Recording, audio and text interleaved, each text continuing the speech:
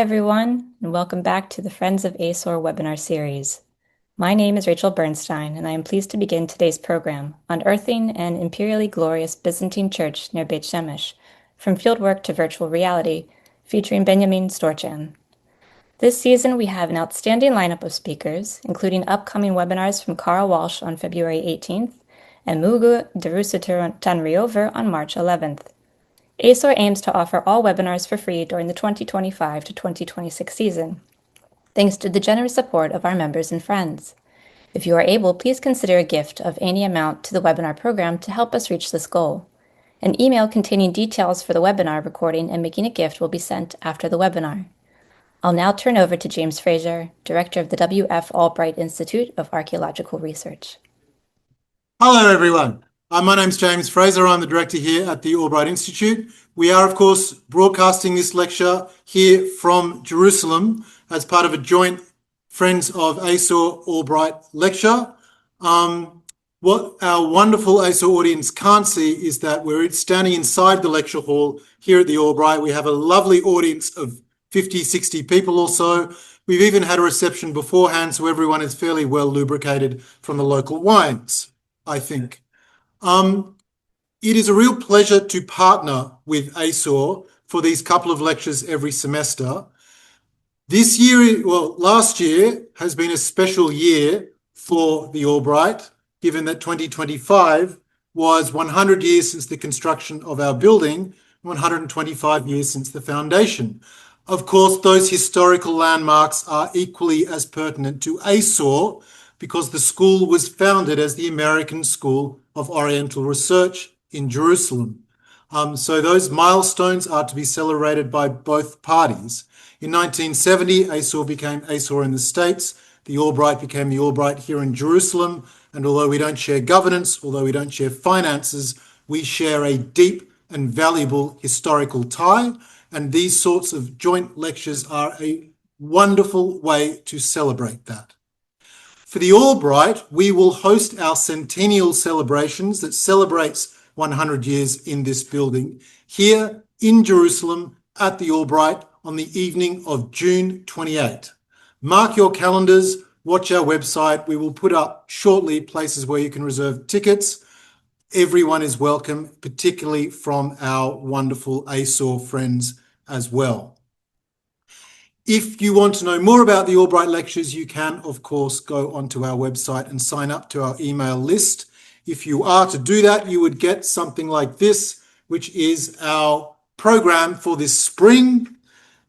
I'll just draw your attention to the next two Albright lectures for our Albright crowd here. These ones will be broadcast on Zoom, but separately from ASOR. Next Wednesday the 11th, Bar Kribus is talking about the religious sites of Ethiopian Jews in the context of religious architecture of the northern Ethiopian highlands. And on Wednesday, February 25th, our Myers Albright Fellow, Christy Pavey, finishing her doctoral thesis, is talking about a medieval pilgrim. Willibald goes to Jerusalem, a trip through the city then and now. And that's the next two of several lectures over the spring. Please go and put them on your calendar. It is a real pleasure for me to welcome our speaker, Benyamin Storchan, or at least welcome him back, because you may have remembered he did an extraordinary and really quite moving presentation on lights to do with Hanukkah and candles at the end of last year. Benyamin Storchan is a research excavation archaeologist for the Jerusalem region of the Israel Antiquities Authority.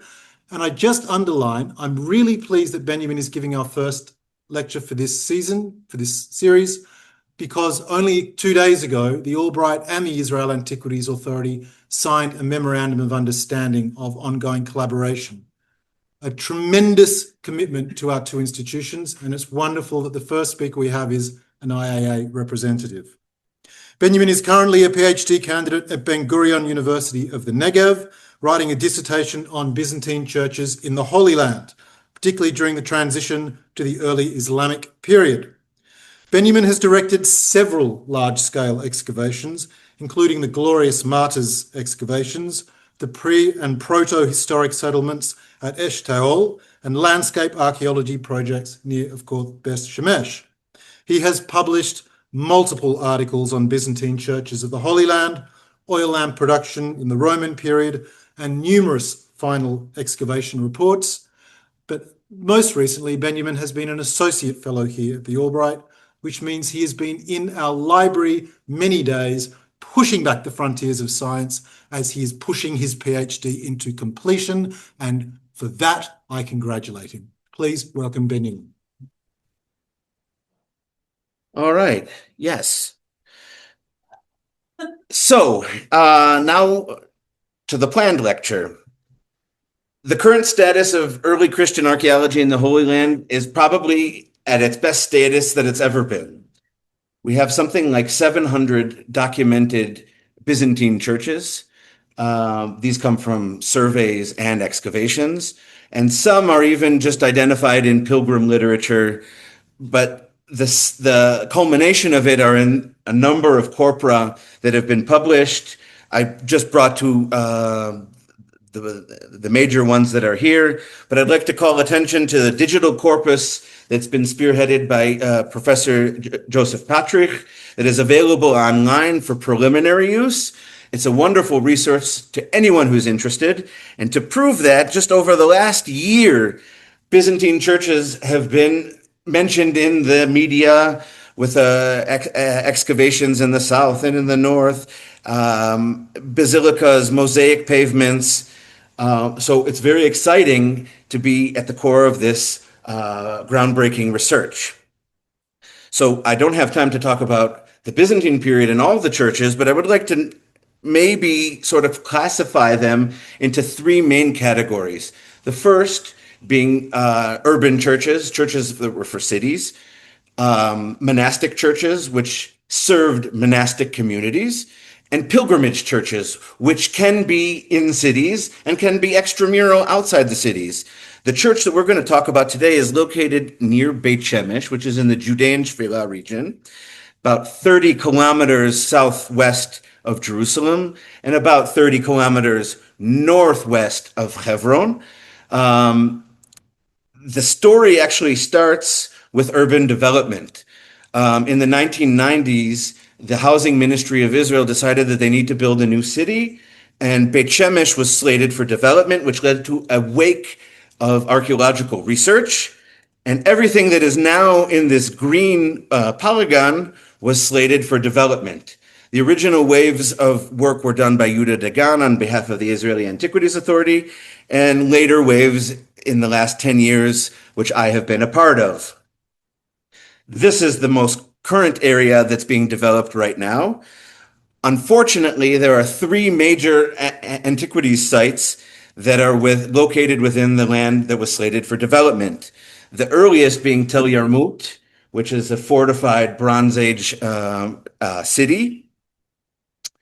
Khurbat Kayafa, which some of you may know, may perhaps biblical Sha'araim. I'll leave that to the Iron Age experts. They can debate amongst that. But the most important site in the classical periods is a site called Khurbat Beit Natif, which is one of the toparchies of the Judean administration, starting from the Second Temple period and continuing probably into the establishment of a later polis at Beit Guvrin. The church that we're going to talk about, the Church of the Glorious Martyr, is located just to the west and in a valley below Khurvat Beit Natif, sort of here. This is what Beit Natif looked like in the 1950s. The village since then was laid abandoned until the modern construction work was actually the center of the village has now been taken out of development plans. Anyway, where the church is, there's almost nothing. The Palestinian, the survey of Palestinian Exploration Society, the PEF, when they mapped out the region, they only found one remain called Bir El Hajj Khalil. Now I'm telling you that, but I'm going to ask you guys to remember the name Bir El Hajj Khalil because at the end of the lecture we will mention it one more time. To give you a graphic representation, here is the town of Ramat Beit Shemesh, which is a suburb of Beit Shemesh. Khurvat Beit Natif you can see in the hills, and our church nestled in the valley below. Now, this is perhaps one of my favorite slides. About 7 years ago, I was asked to run the salvage excavations. The site was discovered almost by mistake. A colleague of mine, Itzik Paz, on behalf of the Antiquities Authority, was testing ancient agricultural plots for phytoliths, and he hit one of these walls. Now we'll see some magic, and we can see 7 years of my life in 30 seconds.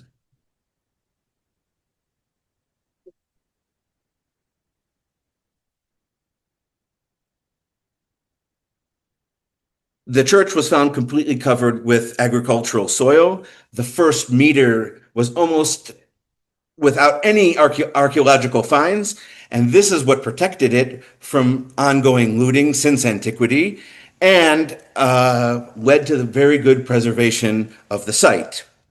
Now, in terms of churches, and its plan doesn't seem to be very unique. It has sort of standard features that you would expect from such a church. We have an atrium surrounded by subsidiary side rooms on 3 sides, a narthex, a basilica, an annex chapel, and a refectorium, the dining hall for those who attended to the church.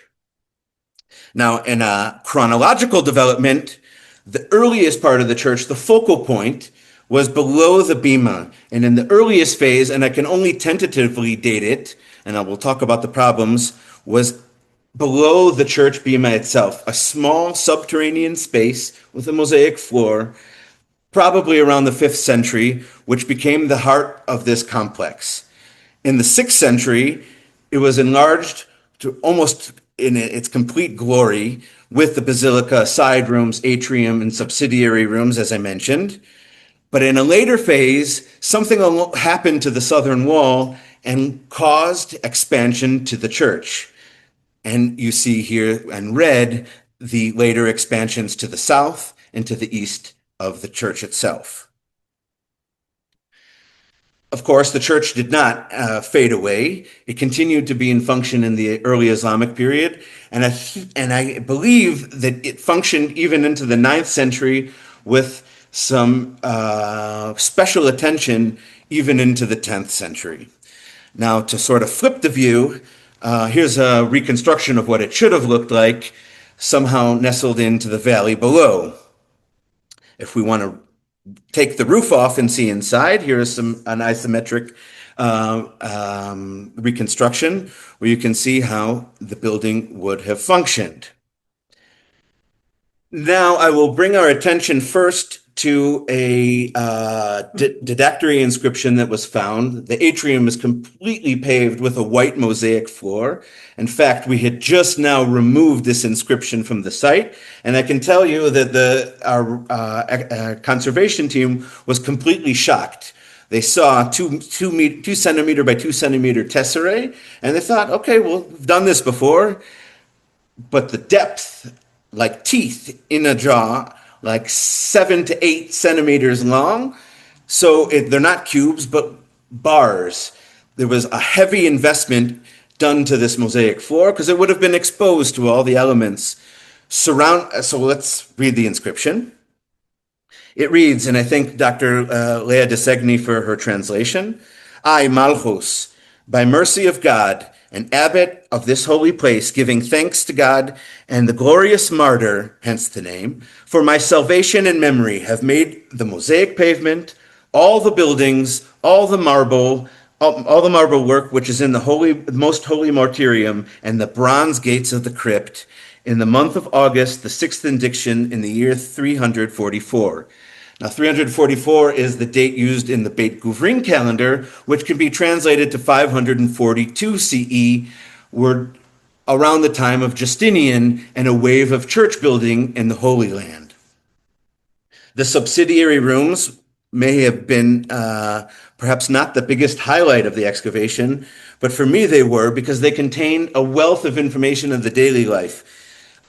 Here's an example of two rooms paved with a simple mosaic pavement. And if you notice, there's a channel between the front step and the rooms. Below was a water channel which would collect all of the water runoff in funneling the water into a water cistern. And when I talk about why it's important, here's just a quick view at some of the small finds that came out of these rooms.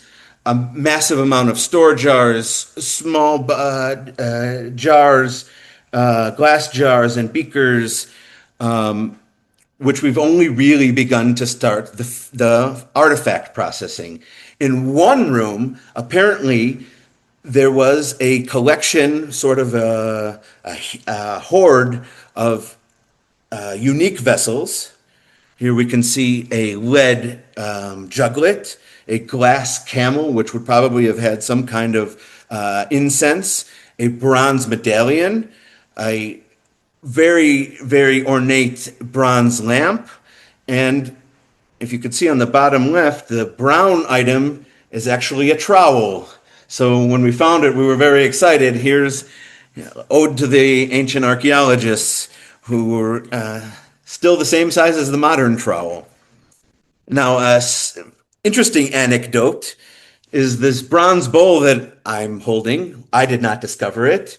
There was a young volunteer who was working, and I heard one time Benyamin, you have to come. And I said, okay, I'll be there. I'm coming. She said, I found something. I've heard that before. Usually it's a piece of pottery, which they think is a whole vessel. And I said, okay, just clean it. 5 minutes later, I came and she is sweeping this fantastic bronze bowl, which may have been one of the liturgical items used within the church. Now, in terms of the church, it's pretty standard. We'll go through some of the elements. This is a sort of side view. You can see the narthex. And for those who can identify it, there is a small bench between each of the doors. The basilica has 3 doors, 2 side aisle doors and a central nave door. And in between, there was a bench for the catechumen, the newly converted Christians, or those ongoing Christianization to become new Christians who weren't allowed to be part of the Eucharist ceremony, would be able to sit and hear the ceremony inside. When we uncovered the doorways to the church, they weren't found open. They were found blocked with ashlar stones in reuse. And also some of the architectural fragments were sort of stuck into these doors. The doors were closed, and the abandonment of the church to some degree happened already in the 9th century, and service started to slow down. It does continue, so remember that. The mosaics of the church are pretty standard for a 6th century church. The side aisles have a very simple scale pattern. The intercolumnates are decorated with florets, and a large amount of florets, but the central nave had the most focus, and we have an inhabited geometric design which unfortunately had undergone iconoclasm. So here is a look at some of the medallions formed by the geometric design of the mosaic, with the mosaic tesserae reorganized to blur out the original imagery. Enough has survived in some of the medallions where I can identify birds or other some other animals, but are not very clear. So when we reconstructed the mosaic, and the title of this lecture is To Virtual Reality and Beyond, we were able to digitally reconstruct the mosaic, but the medallions must remain empty and a mystery. This is what the mosaic pavement would have looked in its full glory. Now, if there was a crypt mentioned in the didactary inscription from the atrium, we should have found it. And luckily for me, another volunteer called out when her foot fell about a meter down. You can see this sort of collapsed stone at the synthronon, which is the seat of the priests who would have sat in the semicircular niche, the apse of the church. And her foot entered into a subterranean crypt. Now, the bema, of course, would have had an altar, which would have been the focus of the liturgical procession. And here you can see the negative imprints of the altar feet. Taking into the consideration that the crypt and excavating, we found two entrances, two staircases leading down into a subterranean vault. It would have looked something like this. Now, the two stairways would have allowed ample flow of pilgrims into the most sacred area of the church where the relics are being held, below the altar table. And this is an adaptation that we see in very, very special churches, which are dedicated either to loca sancta or to the graves of martyrs. The earliest being the Eliona Church, which was built by Constantine. Today, the Pater Noster Church on Mount of Olives rests on top of it. Too much of the Crusader church rests on it, which is very hard to identify the Byzantine plan. But as you can see here on the left, there are two staircases leading up to the bema and leading down into the subterranean grotto where Jesus taught the disciples. A similar setup was employed in the Church of the Nativity in Bethlehem, and it can be argued when the stairways were added, but I'm in the team that sees the stairway as a Justinian adaptation to the Constantinian Basilica. Additional examples can be found in Gush Etzion, the area between Jerusalem and Bethlehem. This is the excavations of Yoram Tzafrir and Izar Hirschfeld at Churvat Brachot, which has a very, very, very similar crypt below a vaulted martyrium. Further south, and perhaps there's actually another one that's a little bit more to the west in Gaza. The Northern Church at Rehovot Benegev in the Negev uncovered a similar edifice, and here you can see the plans of the staircases leading down into the vaulted crypt and the reliquary niche built into the eastern wall of the crypt itself. Apparently, that's where the relics were kept.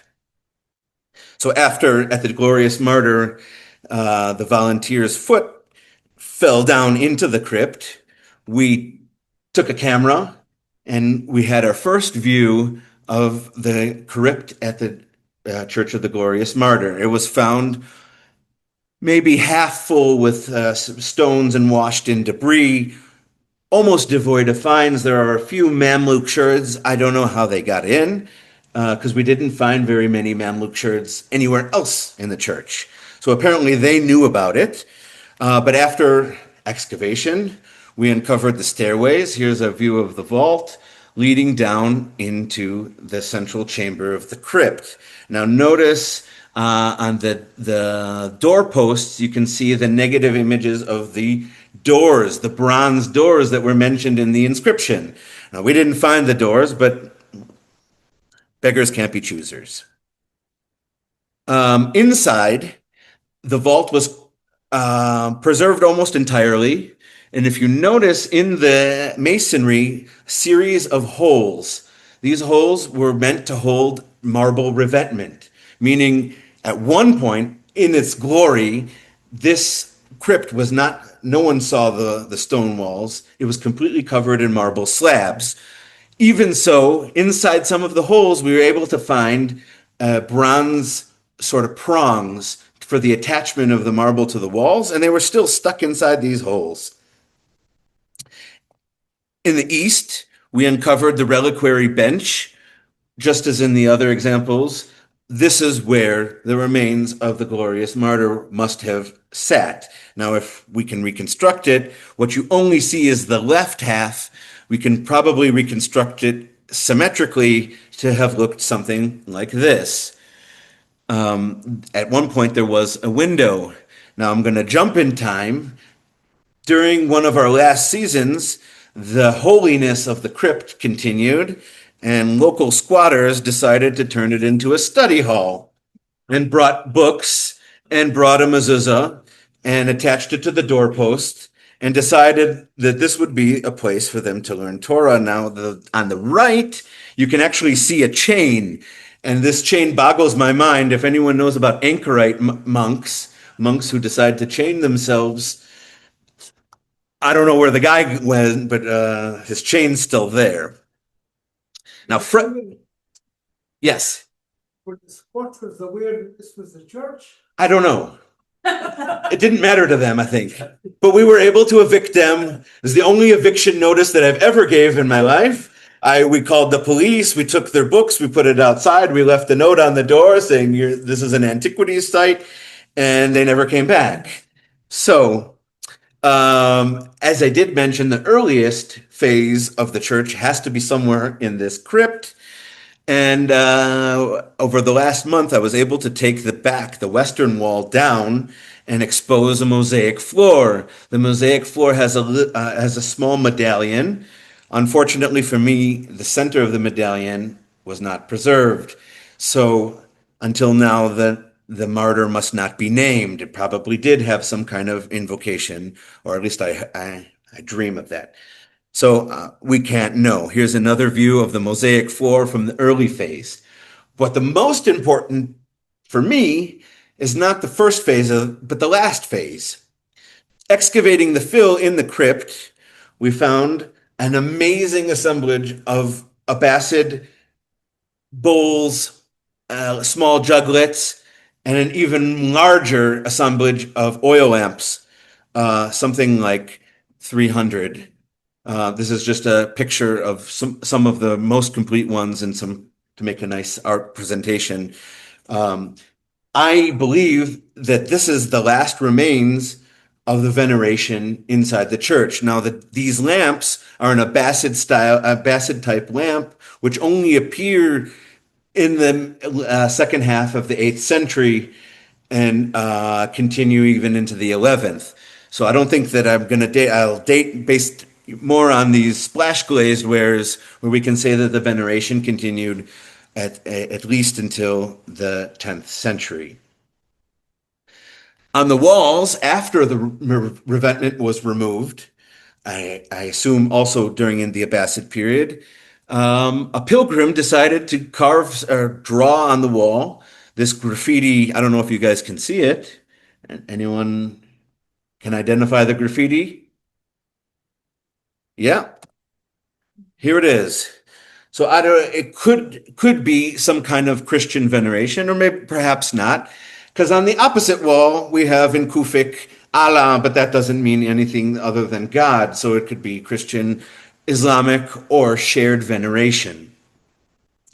A parallel can be found in Jordan at Lot's cave at Deir Nabata, a basilica that was built onto the rock edifice where there was a cave associated with Lot and his leaving Sodom and spent the night with his daughters. The northern side room leads into the cave. Here's a view of it. And inside the cave, you have early Bronze Age pottery, late Roman oil lamps, and about 100 or so Abbasid lamps. The veneration continues into the Abbasid period in a very similar manner within this cave at the church associated with Lot or Lot. Near Kiryat Gat, in the 1980s, Amos Kloner excavated what's now known as Salome's Cave or Khurvat Kasra. It's a fantastic funerary monument dated to the Second Temple period, the early Roman period, and it was converted in the Byzantine period to venerate a holy woman named Salome. And also there you can see just a small representation of the oil lamps, which were uncovered in the renewed excavations, which were undertaken by Nir Paran on behalf of the Antiquities Authority in the last 5 years. Within the cave, there's we're talking about Khurvat Katsra, you have a huge corpus of graffiti, most in Arabic, some in Greek, and many of them do mention Christians. So we can start to identify not just Christian communities, but perhaps a Christian pilgrimage itinerary in the early, even Middle Islamic period. Back to the Church of the Glorious Martyr, to the south of the basilica, we uncovered a annex chapel. Now, the function of the chapels alongside basilicas are another feature of pilgrimage churches. While the Eucharist can be performed in the church, an addition of a chapel allows for additional Eucharist ceremonies, something that may be needed for a pilgrimage site. Now, unlike the basilica, the mosaics here were wonderfully preserved, almost entirely. Here you can see the chapel hall, the step up to the chancel or bema, presbytery. You can notice these four holes just above the eagle that would have had the altar floor, the altar feet, and just below the altar step, we found another inscription. This one set into a tabula insata and reads, again, translated by Dr. Leah Desegni, and it reads like this. In the time of the holy and saintly Bishop Theodosius and the most pious John, priest and abbot, all of this work was done from the munificence of our pious emperor, now having come among the saints, Flavius Tiberius, also called Neo-Constantine, in the month of April, the first indiction. Flavius Tiberius, the emperor of the Byzantine Empire, put the bill and paid for the mosaic expansion and probably the whole southern and eastern expansion of the church. Now, he passed away in the year 546. He never saw this. And having come amongst the saints, the first indiction happens to fall out on the year that he had just passed away. So if we want to see him, here he is, Flavius Tiberius, Neo-Constantine, with his scepter and a very similar looking bird on the top of it, and of course the cross. Looking closer at the mosaic from the chapel on the bema, we have this bird, and I've often called it an eagle, although I can't escape the fact that it really looks like a pigeon. So, what is this eagle or pigeon? It has its wings spread above its head, and it's wearing a blue signet, a bulla, a stamp seal.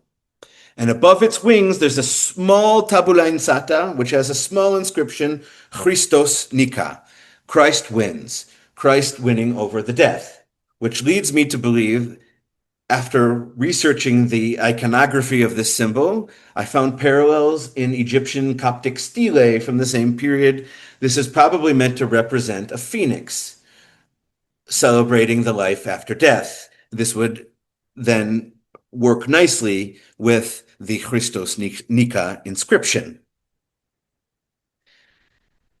Archaeologists can't work without science. This mosaic was a perfect test case to try to trace the production of mosaics, and we were able to focus on these green stones making the leaves. This whole vegetal scene is supposed to be Garden of Eden like-esque scene. And we brought to the field a XRF, portable XRF, a non-invasive X-ray diffraction device to hope to try to identify the mineralogical and chemical composition of the stones. Well, it didn't really work because there was patina on it. After shaving them down in the laboratory, we were able to isolate using principal component analysis and isolate the green, which was rich in silicates and aluminium. The red and white are just limestone and could be from almost anywhere. The black contains a oil shale, which is probably associated with Nebi Musa and the Judean desert. After doing such work, we then did XRD testing, which is a more invasive testing, and we were able to find the mineral composition. It included apatite, diopside, aragonite, hypshytite, catotite. Meant nothing to me until I called somebody from the Israel Geological Association, and he told me, "I know exactly what you found. My late Professor Yaakov Ben-Tor, not the archaeologist Ben-Tor, he identified this stone.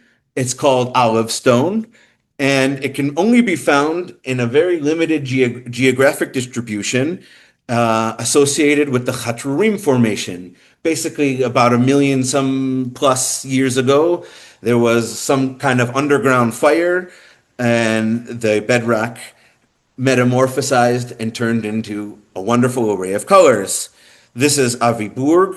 He works for the Geological Association, and he decided he would take me to go find it. So we sent off to the area of Arad, some 120 kilometers away from the Church of the Glorious Martyr, and I didn't see anything green.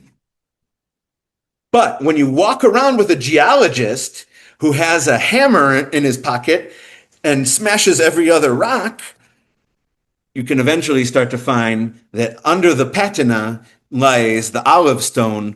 We then were able to take some samples from the desert and have identical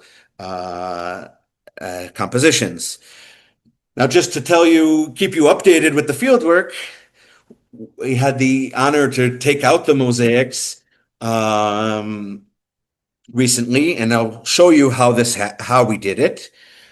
These are the Israeli Antiquities Authority conservation team. The first stage is to clean the mosaics.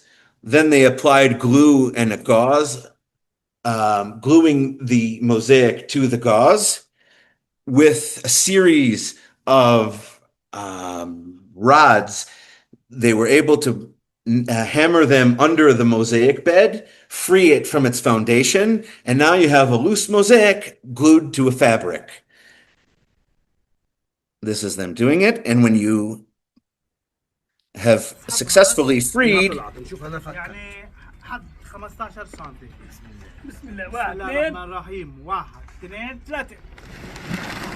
you can just pull the mosaic like a rug.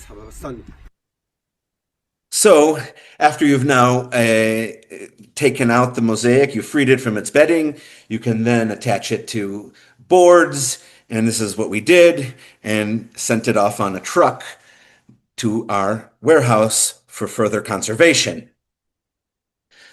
In the east of the church, we found a baptismal chapel. In the baptismal chapel, we have a font, a monolithic font made out of calcite flowstone, which has been often mistermed as alabaster. It's not real alabaster. What we have here is a cave that did not form stalactites and stalagmites, but the calcite from the water dripping formed a complete solid stone, which was quarried out. The work of the Amos Frumkin and Boaz Zisu and others have shown that nearby the site there are two caves which produce this kind of stone, and Herod had a bathtub made out of the same material, a local precious stone, perhaps locally quarried. Now, we found it attached to a stub wall, I'll call it, built upon a mosaic. This is its secondary phase. Its first phase, if you can see the mosaic, there's a lacuna, and it probably was originally installed. For what reason they moved it, I don't know, but near it, Abbasid pottery, meaning the baptismal font, was seen and active even into the 9th century. In one of the small side rooms, we found a refuse pit, a very organized refuse dump, divided into 3 different kinds of reused materials. One of them, fist-sized cobbles probably the foundation of a mosaic that was removed, but they kept all the cobbles. One bin was dedicated to tesserae, and we found thousands of tesserae just thrown into the bin. And these lucky kids uncovered probably one of the largest collections of Byzantine glass that has ever been found in the Holy Land, which caused quite a pain for our glass conservation labs. And here you can see the stages of identifying the pieces of a glass lamp, its original restoration, and its preparation for display in a museum. Now, it wasn't the only one. I told you it was a large one.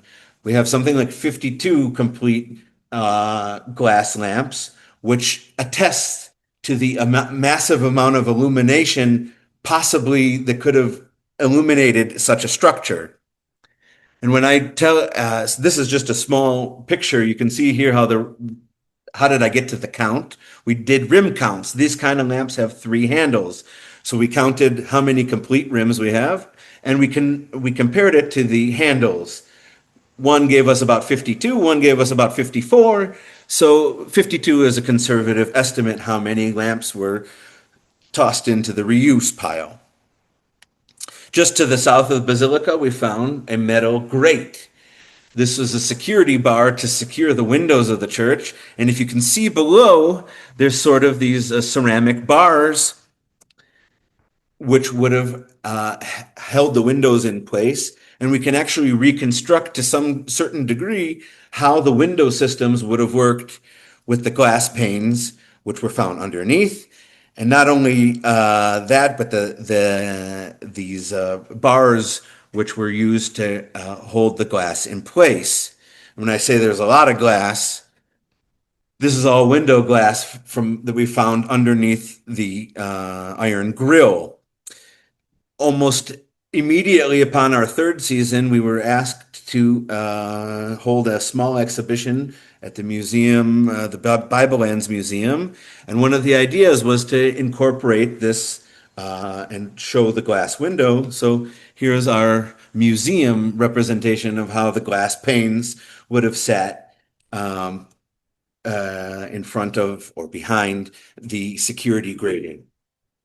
Similar with the marble, we collected marble every day. We were able to reconstruct the diagram and successfully reconstruct, or at least a large portion of one of these chancel screens, and you can see it in our reconstruction down below.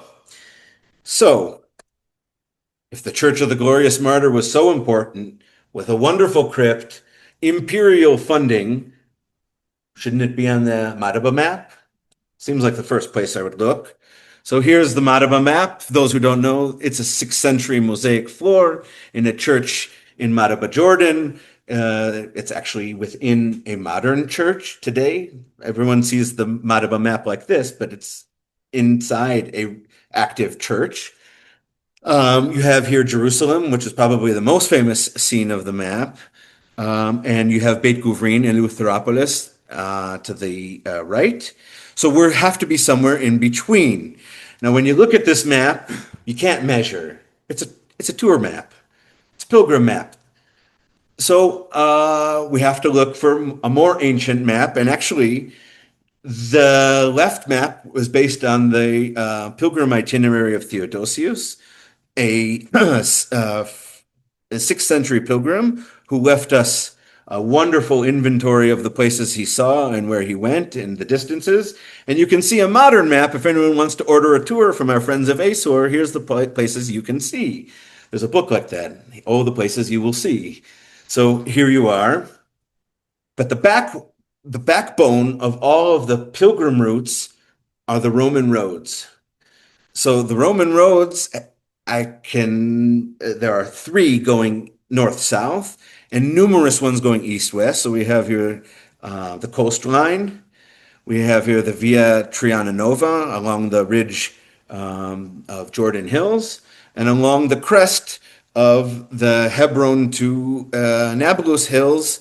3 routes going north-south, and they're traversed by numerous routes going east-west, which you can see here on the right, the route a pilgrim would have taken to get to the Church of the Glorious Martyr through the various wadis and riverbeds.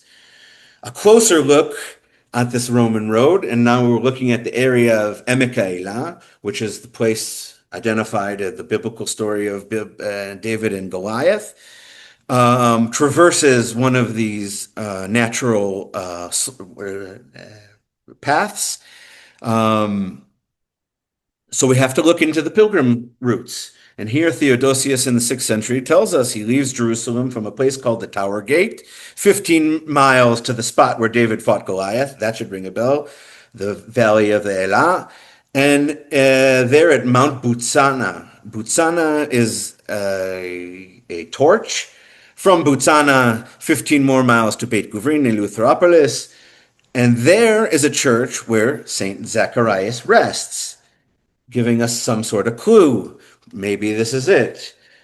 Mount Butsana, then when Theodosius visits it, tells us this wonderful story that 20 miles from Jerusalem, they arrived at the place where David killed Goliath and where Saul, and there's a translation mishap here, Goliath lies there in the midst of the road, remember, near the road, having above his head a great mass of wood and upon it a heap of stones, insomuch that for an area of 20 miles around, you can't even find a stone which you can move because it's the custom. Everyone who passes by there brings 3 stones, throws it upon the tomb, and likewise we did, telling us how he interacted with the site. A perhaps identification of the tomb of Goliath is at Khurvat Chanot, where they found this clearance heap, this large heap of stones. And today you can see pilgrims stopping, and those who know throw stones on it, adding to the pile, a 1,500-year-old stone pile that's growing every day. But there's plenty of stones around, so anyone who wants to can access it. Now, if we want to find the origin of Zacharias' tomb, we can go to the writings in the ecclesiastical history of Sozomenos, who writes to us in the 4th century that near the town of Kfar Zechariah, near Beit Guvrin, there was a man named Calmerios who had a dream, and in the dream someone came to him and told him, go dig in the garden, and there you will find a tomb, and next to the tomb you will find one with a ornate robe, and next to him a child. And later they interpret it, Zacharias was buried there. Zacharias, who was the priest killed at the hands of King Joash and murdered on the Temple Mount, and that the king of Joash had some kind of calamity where his son became sick. He had a revelation: if I bury my child next to Zacharias, he'll be healed. That's the tale. But we see again and again, pilgrims keep coming to this place, coming down from the hills from Jerusalem. And here we have the Piazetza pilgrim in the 6th century who comes to the place of the Zacharias where he was murdered and buried. That does not sound like the Zechariah in Jerusalem. That sounds like somebody who must be more local. And there's an ornamented church there and many servants of God. Perhaps he's seeing the same place as his predecessors. St. Willibald, and this is a preview to the lecture in 2 weeks. He also in the 8th century comes to the place where Zacharias was, although he seems to be a little upset because it's Zacharias the prophet, not the father of John the Baptist, but some other prophet. So there is some sort of confusion here, which Zacharias they're seeing, and maybe it doesn't matter. But he does mention that in these places that he went to are wells that were dug by Abraham, Isaac, and Jacob. We can read them in the Old Testament about Abraham digging wells and Isaac re-uncovering them from the shepherds of Gerar. So remember the Hajj al-Khalil well? Well, Khalil is Abraham. It means friend, the friend of God in sort of local term for Abraham is Khalil, friend of God. I don't know if Hajj Khalil represents, but maybe something stayed in the name of Abraham in the association with this well. And if you remember, this is the only thing that was seen in the early surveys. So we excavated around it and we found a pool. The pool has some kind of inlet and an outlet, which could have been filled. And it has a small, I don't know if you can see it, a small semicircular outlet with a mosaic floor, which was directly accessed at the bottom of where the white sandbags are, is the church itself, which has direct access to this secondary holy site, which may have been a development over time. So, is the Church of the Glorious Martyr the Saint Zechariah that we see here on the Madaba Map wonderfully ornate? I don't know for fact, but the facts on the ground seem to be aligned. So here it is, the site again, but the name of Zechariah stays today. And in fact, the road that they built right up above the site is Rehov, Street of Zechariah Hanavi. So apparently the name wants to stick. Now, I didn't do most of the excavation. This excavation was marked from its beginning to be a community archaeology project. We involved youth wherever we could. They provided probably 90% of the manual labor. Youth groups, paid teens on their summer vacation, came and worked. Something like 5,000 students worked at the site over the course of 4 years. So here's just a collection, and I thank them. The whole idea was to hope generate a new generation of archaeologists. So after 5,000, I know of about 5 who are now studying. So I don't know if that's good numbers or not, but I definitely did my share. Here you can see more of the teens, and anyone who wants to read about it. We did publish an article, How to Do Community Archaeology in a Mess. Now, the spiritual backbone was provided by the local Christian communities who monitored and came and shared. And for many of those teens, this was the first time they'd ever saw a real monk and got to meet them. So here we have the brothers of the Beit Jamal Monastery and the sisters from the Beit Jamal and Deir Rafat Monastery, and who conducted the first liturgical ceremony at the church in 1,000 years.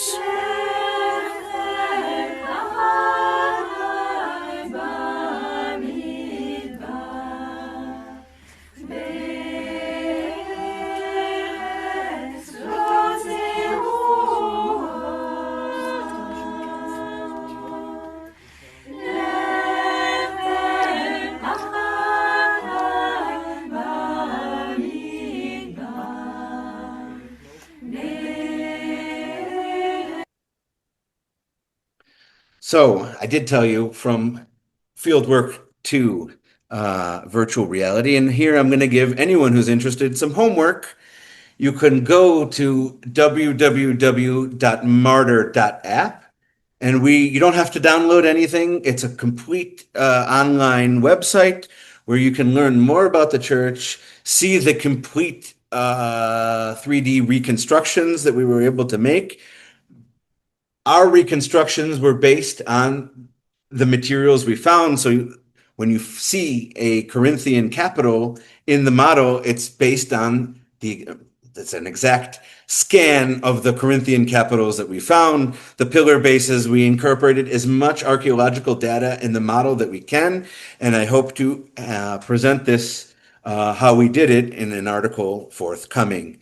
I can't thank anyone more than my team who dealt with me excavating day after day and the stressors of leading this kind of excavation. Here we have Timna Golembinov and Ilana Gerber, who were by my side throughout the whole thing. I want to thank you. I want to thank our friends abroad from ASOR for joining us, and look out for more articles. I think that is a very good note on which to end. Please join, before we hand back over to Rachel over at ASOR, please join me in thanking Benjamin on an extraordinary lecture. Fabulous. And I remind all those joining us in Jerusalem, when we have our lecture next week, we're back to our normal time of 5 p.m. lecture, followed by the 6 p.m. supper. Don't get up yet, because we'll pass over to Rachel to wind us up from ASOR. Over to you, Rachel. Thanks, JB, and thank you, Benjamin. And thank you all for joining us tonight and for the great questions. I would also like to thank all of our sponsors. We ask you to please mark your calendars for our next webinar on Wednesday, February 18th for Carl Walsh's webinar, An Elegance of Spirit Adorns All Its Works, Auguste Rodin and the Art of Ancient Egypt. Finally, ASOR would also like to remind you that you can purchase the link for the recording of any past FOA webinar or buy a bundle of all the webinars from past seasons prior to 2024. You can also view any webinar using ASOR's online library platform. The online library contains more than 2,300 recordings of past webinars, papers, and posters from previous annual meetings, and other digital content. The easiest way to gain access to the online library is to register for the 2026 annual meeting. Details on registration can be found on the ASOR website or in the forthcoming email with the recording information from today's webinar. You can also ask for more information by emailing Regan at the ASOR office at membership@asor.org. Thank you again for attending, and see you at the next webinar.